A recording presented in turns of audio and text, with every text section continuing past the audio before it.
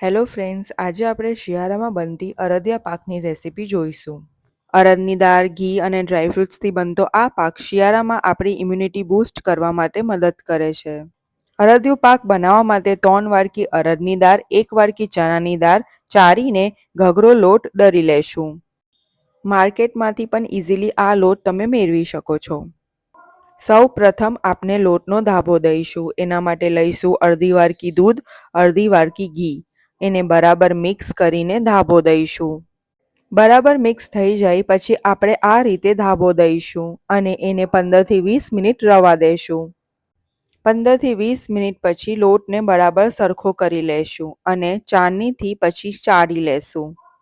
આ રીતે ધાબો દઈને અડદિયા પાક બનાવવાથી અડદિયા પાક ખૂબ જ દાણેદાર અને સ્વાદિષ્ટ લાગે છે.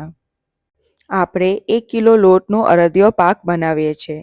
એમાં આપણે 800 ગ્રામ ઘી જોઈશું. સૌ પ્રથમ આપણે ઘીને ગરમ કરી લઈશું.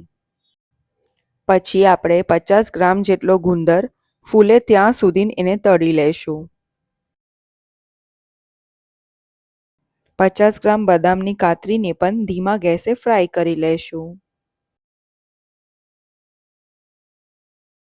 પછી આપણે જે લોટ તૈયાર કર્યો હતો તે આપણે ઘીમાં સોતરશું.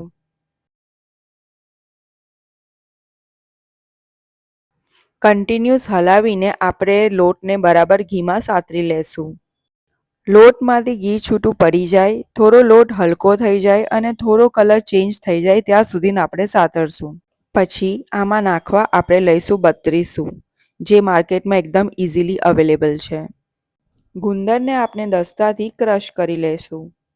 ગેસ બંધ કર્યા બાદ આપણે નાખીશું બત્રીસું અને એને બરાબર હલાવી લેશું. પછી નાખીશું બદામ.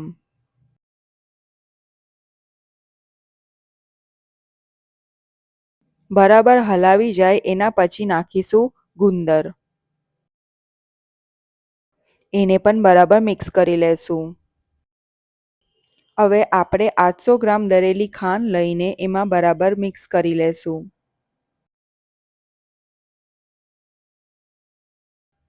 મિક્સ થવા બાદ આપણે એને એક થાળીમાં કાઢી લેશું અને તબેલાની મદદથી બરાબર પાથરી લેશું.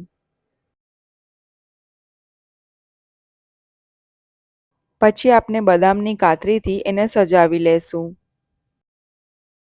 ઠંડુ થવા બાદ આપણે એના પીસીસ કરી લેશું. એક એક કરીને પીસીસને કાઢીને એને પ્લેટમાં સર્વ કરી દઈશું. જો આ રેસીપી તમે ગમી હોય તો તમે લાઇક, શેર અને સબસ્ક્રાઈબ જરૂર કરજો અને ફ્રેન્ડ્સ એન્ડ ફેમિલી સાથે